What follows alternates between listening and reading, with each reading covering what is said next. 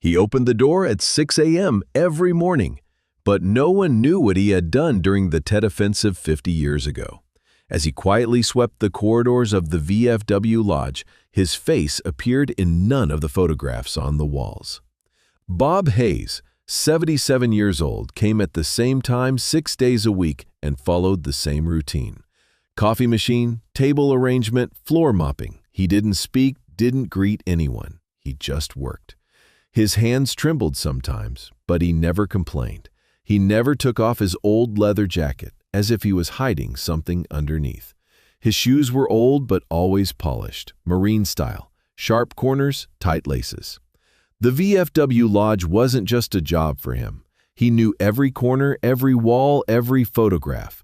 He was the first person to arrive in the morning, the last to leave in the evening.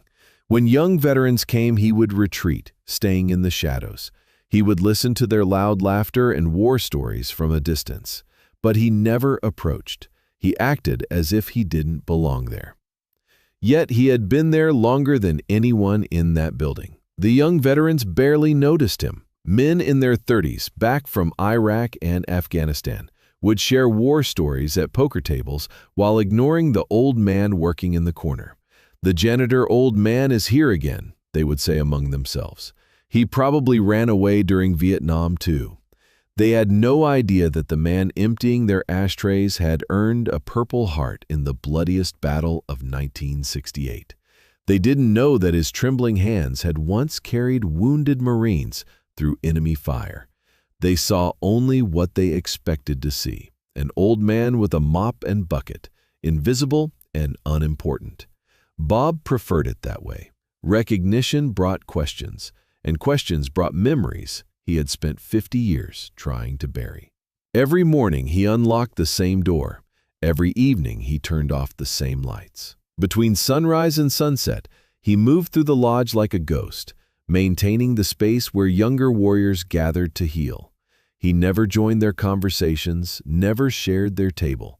He simply ensured that when they needed a place to belong, that place was ready for them. Until that Tuesday morning. Bob had come early as usual. He turned on the lights in the main hall and started the coffee machine. The young veterans would come in the afternoon and make noise, but the mornings were his. He looked at the photographs on the wall, young faces, uniforms, medals. He wasn't in any of them. He didn't mind not being there either. When he opened the corner cabinet to replace cleaning supplies, something fell. A yellowed paper came out of an old envelope that had been wedged behind a box of light bulbs. It had a military seal and official typing on it. Marine Gunnery Sergeant Robert Hayes, Purple Heart Citation, Tet Offensive, 1968. Distinguished Conduct Under Enemy Fire, Khe Sanh Combat Base. At that moment the door opened. Mike, a young Iraq veteran, entered. He had come early, surprising Bob. "Hey, old man," Mike said habitually. "Is the coffee ready?" Then he saw the paper on the floor. He bent down, picked it up, and read it, slowly. His face changed from casual indifference to stunned recognition. Is this yours?" Bob nodded, reaching to take the paper back, but Mike pulled away, staring at the document. You have a Purple Heart?" Silence filled the space between them. Bob's weathered hands hung at his sides, no longer reaching for the citation. At that moment, other young veterans started arriving too. Tommy, Jake, Carlos. They all gathered around Mike, looking at the paper in his hand. The morning routine had stopped. Coffee dripped forgotten from the machine. "What does Tet Offensive mean?" Jake asked, his voice smaller than usual. 1968, Bob said quietly. He was speaking to them for the first time beyond simple greetings. 68-day siege, Khe Sanh. Tommy's eyes widened. He had read about Khe Sanh in history books, but never imagined meeting someone who had lived through it. "You were at Khe Sanh?" Bob nodded slowly. "And other places too." The young veterans stood frozen, holding a piece of history they had never bothered to ask about. The old janitor they had dismissed for months was a hero. From the war that had defined a generation. "Why did you never mention it?" Mike asked, his voice barely above a whisper. "Because it stayed in the past," Bob replied. But the questions didn't stop. Mike stepped closer, holding the citation carefully like it was sacred parchment. "Sergeant, what happened that day?" Bob looked at the young faces surrounding him. They weren't mocking now, they weren't laughing. They were listening with the intensity that only fellow warriors could understand. He had carried the silence for 50 years. Every morning when he cleaned those floors, every evening when he locked those doors, he had carried the weight of names that would never come home, the weight of decisions made in seconds that echoed through decades. "3 of my brothers were pinned down," he said slowly, each word measured and heavy. "Mortar fire for 6 hours. Command said it was too hot to attempt rescue." "Too hot?" Carlos whispered. Bob's hands stopped trembling. For the first time in decades, they were steady. "I went in twice." He paused, seeing their faces. "Brought out Jenkins first, kid from Nebraska, 19 years old. Then Martinez. Good Marine, 3 kids back home." His voice caught slightly. "Robinson." The name hung in the air like incense. Robinson was already gone when I reached him. But I brought him home anyway. Marines don't leave Marines behind. The room fell silent. Outside, traffic hummed on the street. Inside, 7 decades of unspoken honor filled the space between them. Tommy, the youngest at 28, slowly stood up. His movement was deliberate, formal. "Sergeant Hayes," he said with military precision, "thank you for your service." Bob shook his head firmly. "I didn't do it for thanks, son." "Then why?" Mike asked, genuine curiosity replacing his earlier dismissive attitude. Bob looked around the lodge, at the walls that had heard 1,000 stories, at the flag that hung in perfect Marine Corps regulation folds, at the photographs of young men who had served in different wars but shared the same brotherhood.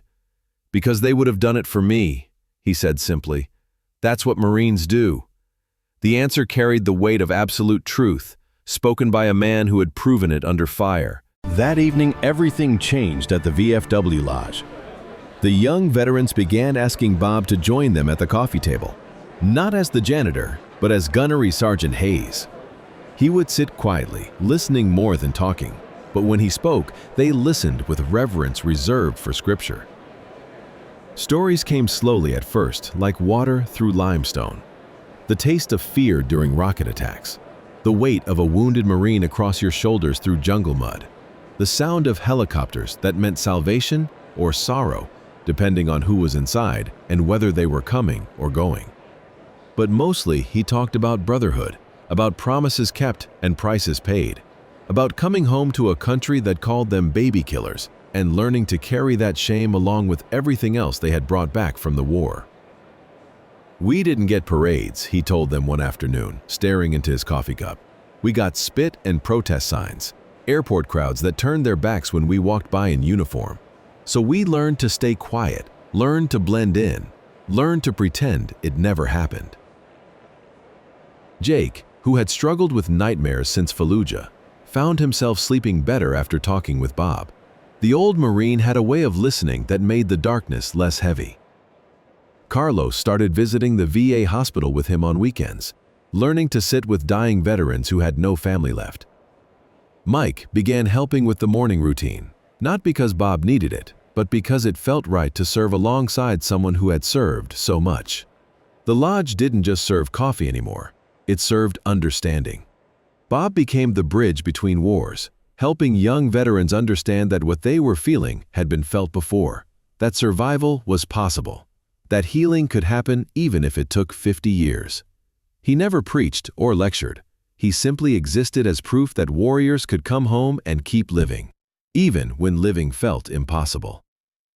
The trembling in his hands wasn't weakness, they learned. It was the body's way of remembering what the mind had chosen to forget. But his steady voice, his presence, his willingness to listen, that was strength distilled into its purest form. Months later, a documentary crew arrived to film a segment about veteran support programs. They wanted to interview the young Iraq and Afghanistan veterans about their transition experiences and coping mechanisms. But when the cameras rolled, Mike stepped forward with purpose. "You need to meet someone first," he said, his voice carrying unusual formality. He led them to the back room where Bob was organizing old files, with the same careful precision he brought to everything, papers sorted by date, edges aligned, no detail overlooked. "This is Gunnery Sergeant Robert Hayes," Mike announced with pride. "Vietnam, 1968, Purple Heart recipient, Khe Sanh survivor, and the man who taught us what service really means." Bob tried to wave them away, uncomfortable with the attention. "I'm just the janitor here." "No, sir. Tommy said, standing at attention. You're the heart of this place." The documentary never aired the way they had originally planned. Instead of focusing solely on modern veterans, it became a story about bridges spanning generations.